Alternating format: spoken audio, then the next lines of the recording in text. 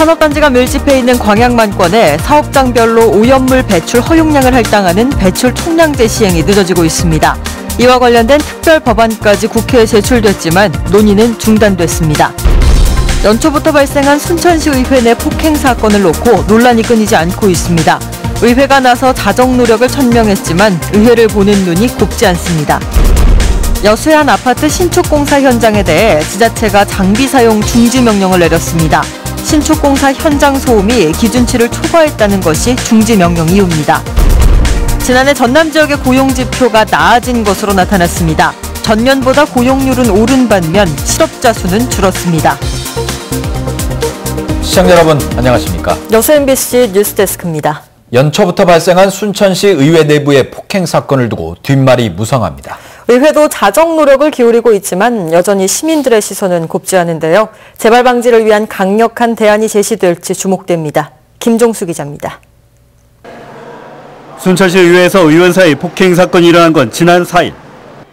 당시 각 상임위 의장들이 모여 진행된 간담회 자리에서 이견이 생겼고 결국 나한수 의원이 서정진 의장에게 전화기를 집어던지는 등 폭행으로 이어졌습니다.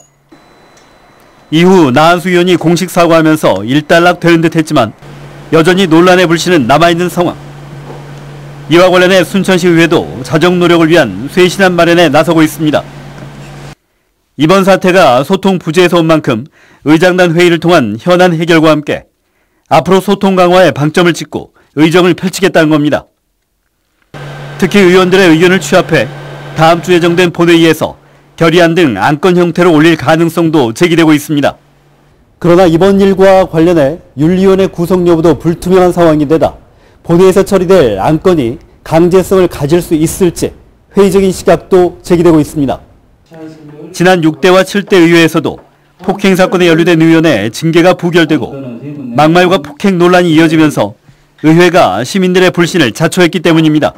계속 반복되고 윤리 소집이나 그때 또 여론이 좀 잠잠하면 또 지나가는 일회성으로 그치는 경우가 있기 때문에 이번만큼은 좀 각 의원들도 조금 좀 각성하고 책임과 제재를 좀 명확하게 규정해서 지난해 말 의원들의 외유성 해외 연수 의혹으로 고독을 치렀다. 최근에서야 뒤늦게 결과 보고서를 올린 순천시 의회. 이번 폭행 사건이 시민들의 기대에 맞게 의회의 위상이 확립될 수 있는 계기가 될지 시민들의 관심이 높아지고 있습니다. MBC 뉴스 김종수입니다.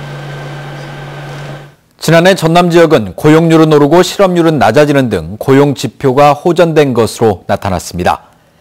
광주 전남 고용 동향 자료에 따르면 지난해 전남 지역의 고용률은 62.4%로 전년보다 0.3%포인트 높아졌고 취업자도 96만 1000명으로 전년보다 4000명 증가했습니다. 또 실업률은 2.8%로 전년에 비해 0.4%포인트 감소해 실업자 수가 2만 8000명으로 4000명 줄었습니다. 전남은 특히 지난해 4분기 제조업을 포함한 광공업의 고용이 늘고 청년 실업률은 낮아지는 추세를 보여 올해 고용 여건도 호전될 것으로 전망됩니다. 여수의 한 아파트 신축 공사 현장에 대해 지자체가 장비 사용 중지 명령을 내렸습니다. 여수시는 최근 문수동에 있는 모 아파트 신축 공사 현장의 소음이 기준치인 65데시벨을 초과한 71데시벨로 나타나 오는 20일까지 장비 사용 중지 명령을 내리고 과태료 200만 원을 부과했다고 밝혔습니다. 해당 아파트 공사 현장은 소음 등으로 인해 인근 주민들의 민원이 이어졌으며 지금까지 3차례의 시정명령을 포함해 6차례의 행정처분이 내려진 것으로 확인됐습니다. 갈수록 심각해지는 미세먼지 문제를 해결하기 위해 여러 대책들이 쏟아졌습니다. 하지만 수도권에서 시행되고 있는 대기오염물질 배출 총량제를 광양만권까지 확대하겠다는 정부 계획은 기약 없이 미뤄지고 있습니다. 문형철 기자가 보도합니다. 지난 2017년 발표된 미세먼지 관리 종합대책입니다. 당시 정부는 산업단지가 밀집한 광양만권을 대기관리권역으로 지정하고 사업장별로 오염물질의 배출 허용량을 할당하는 배출 총량제를 시행하겠다고 밝혔습니다. 이를 위해 일찌감치 국회에 특별법안이 제출됐지만 논의는 중단됐습니다. 이후 같은 취지로 발의된 수도권 대기환경특별법 개정안 역시 다른 이슈에 밀려 1년 넘게 상임위원회에 묶여 있는 상태입니다. 환경부 장관이 되는 걸 지방으로 완전히 이양하는 게 있거든요. 그거를 논의 경과를 보고 저희 그 대기관리권을 확대하는 내용을 하자 뭐 그랬었는데. 소관부처인 환경부는 마땅한 대안을 찾지 못한 채 법률 정비가 끝나기만을 기다리고 있습니다. 통과되면 이제 저희가 내부 시행을 할 수 있고, 저희도 이제 중점 법안으로 해서 좀 우선적으로 처리해달라고 요청을 계속 하고 있는 상태입니다. 올해 상반기 안에 대기오염물질 배출 총량제를 광양만권까지 확대하겠다는 정부 계획은 사실상 물거품이 된 상황. 전남 지역에서 배출되는 대기오염물질은 한 해 5만 400여 톤으로 충남과 강원에 이어 전국에서 세 번째로 많고, 특히 광양만권 주요 업체들의 배출량은 도내 전체 배출량의 70% 이상을 차지하고 있습니다. 저감시설 설치를 강화하는 효과를 낼 수 있고, 또 자체 관리 기준들을 강화시킬 수가 있는 기반이 되거든요. 총량제가 적용이 돼야지만 실질적인 저감 효과를 낼 수 있는 거죠. 대규모 산단이 위치한 광양만권과 충남 지역 등의 환경단체는 오염물질 배출 총량제의 신속한 시행을 위해 국회와 정부에 관련법 개정과 제도 보완을 요구하기로 했습니다. MBC 뉴스 문형철입니다. 고흥군이 지난해 발생한 태풍 피해 신속한 복구에 행정력을 모으고 있습니다. 고흥군은 지난해 제19호 태풍 솔릭과 제25호 콩레이 등 2건의 태풍 내습으로 공공시설 41건, 23억 원의 피해가 발생했으며 소규모 어항 등 주민생활과 밀접한 시설물의 복구가 아직까지 이루어지지 않아 주민 불편이 가중되고 있다고 밝혔습니다. 고흥군은 이에 따라 지난해 말 재해복구 사업 조기 추진팀을 만들어 오늘 긴급 대책회의를 갖는 등 현재까지의 추진 상황과 문제점을 점검하고 여름 우수기 전에 완공을 목표로 복구 사업을 추진하고 있습니다. 광양시가 올해부터 전입장려금 혜택을 확대해 운영하고 있습니다. 광양시는 지난 1일부터 전입장려금 혜택을 변경해 전입 세대수에 따라 쓰레기 종량제 봉투를 차등 지원하고 전입 배우자 지원을 신설했습니다. 또 다른 시군에 거주하면서 광양시 소재 고등학교나 대학교를 다니는 학생이 광양시로 전입할 경우에 전입학생 지원금으로 광양사랑 상품권 20만 원을 지급합니다. 민주당 손혜원 의원의 부동산 투기 의혹으로 목포 원도심이 때 아닌 주목을 받고 있습니다. 한편 주민들은 투기 의혹이 사실과 다르다고 말하고 있습니다. 보도에 김윤 기자입니다. 민주당 손혜원 의원의 부동산 투기 의혹이 제기된 목포 갑자옥 모자점 거리 일대입니다. 일제강점기 목포의 대표적인 번화가로 거리를 따라서 일본식 상점과 주택들이 늘어서 있습니다. 80년대까지 그나마 명맥이 유지되던 이 일대는 90년대 들어 신도시 개발과 인구 이동으로 불 꺼진 거리로 전락했습니다. 그러던 곳에 지역 예술가들이 갤러리를 마련하고 도시 재생에 나섰고 민주당 손혜원 의원도 지난 2017년 이곳을 방문해 큰 관심을 보였습니다. 그때 한번 오셔갖고 이 거리를 한번 보셨는 게 왜요? 여기 오시더만은 놀래버려요. 이렇게 좋은 거리가 있냐고. 폐가가 질비했던 거리에 손 의원은 조카에게 빈집을 소개시켜주고 조카가 산 빈집에 개축 비용을 마련해줬습니다. 조카는 지난해부터 자신이 직접 카페를 운영했고 주민들은 손 의원의 이 같은 관심이 거리를 살리는 데 도움을 주고 있다며 반기고 있습니다. 그분들로 인해서 또 주거에 있던 그 도시가 잊혀졌던 것들이 다시 기억할 수 있고 복원할 수 있다는 거. 어떻게 더 바람직한 일이죠. 폐가 있으면 썩었습니다. 집이. 폐가를 고치는 거 얼마나 좋은지 알아요.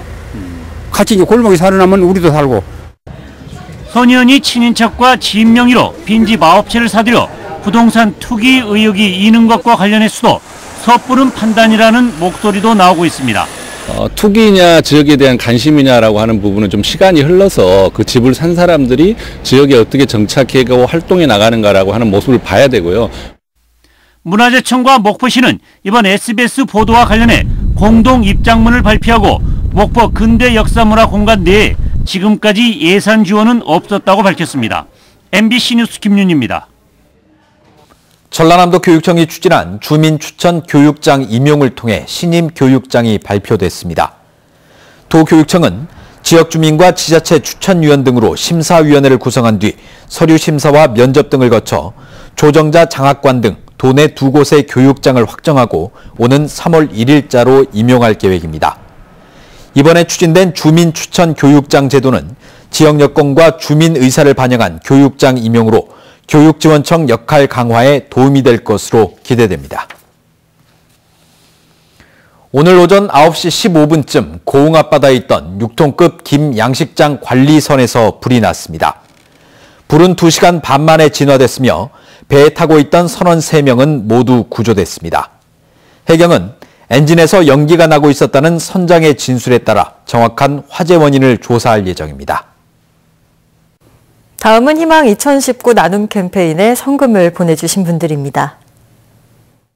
순천시 해롱면 신대 11위 중흥 3차 316동부터 320동 주민 1동 85만 7천 원, 여수시 만덕동 시티 프라디움 주민 1동 80만 820원, 순천시 해롱면 신성마을 주민 1동 52만 원, 도사동 청미래 1차 아파트 주민 1동 50만 6,490원, 여수시 신기동 8통 주민 1동 25만 1,000원, 여수시 남면 대두마을 주민 1동 20만 원, 고흥군 도양읍 유전마을 주민 1동 20만 원, 여수시 율촌면 봉두마을 주민 1동 20만 원, 미평동 미평갯벌 낙지 대표 김태희 15만 원, 남면 내외진 마을 주민 1동 10만 원, 여수시 율촌면 여흥 3구 주민 1동 10만 원, 신흥마을 주민 1동 10만 원, 신기동 행복 한우 전문 판매점 대표 주동실 10만 원, 덕충동 큐마트 김의봉 10만 원.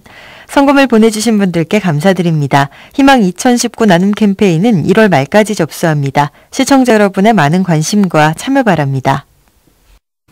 맞춤형 산업인력 양성기관인 여수 테크니션 스쿨이 오늘 개강식을 갖고 본격적인 10기 교육에 들어갔습니다. 지난 2010년부터 운영된 테크니션 스쿨은 전체 수료생의 94%가 상단 업체 등에 취업했으며 올해 10기 교육생도 정원 50명 모집에 380명이 지원해 7.6대 1의 높은 경쟁률을 보였습니다.